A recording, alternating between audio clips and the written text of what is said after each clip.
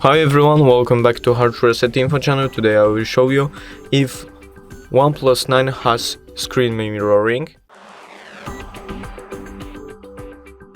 So as you see, I already have the OnePlus 9 in my hand, and I would just go to the first thing that you need to do, just go into the settings tab, then go to the connection and sharing tab, and then click the multi-screen connect.